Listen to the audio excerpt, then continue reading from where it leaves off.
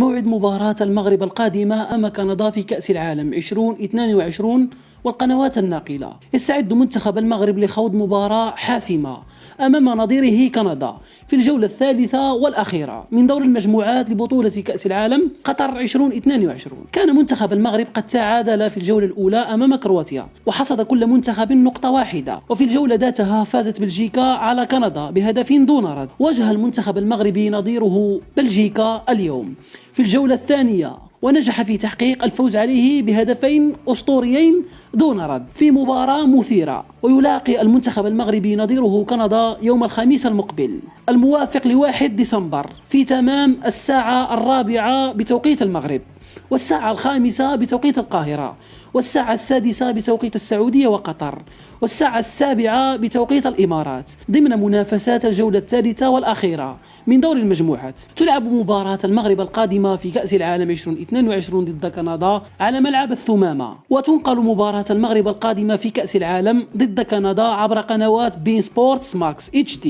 وقنوات الكاس أيضا. ويمكنك متابعة البث من خلال تطبيق تود الخاص بقنوات بين سبورتس، وأيضا خدمة بين كونكت.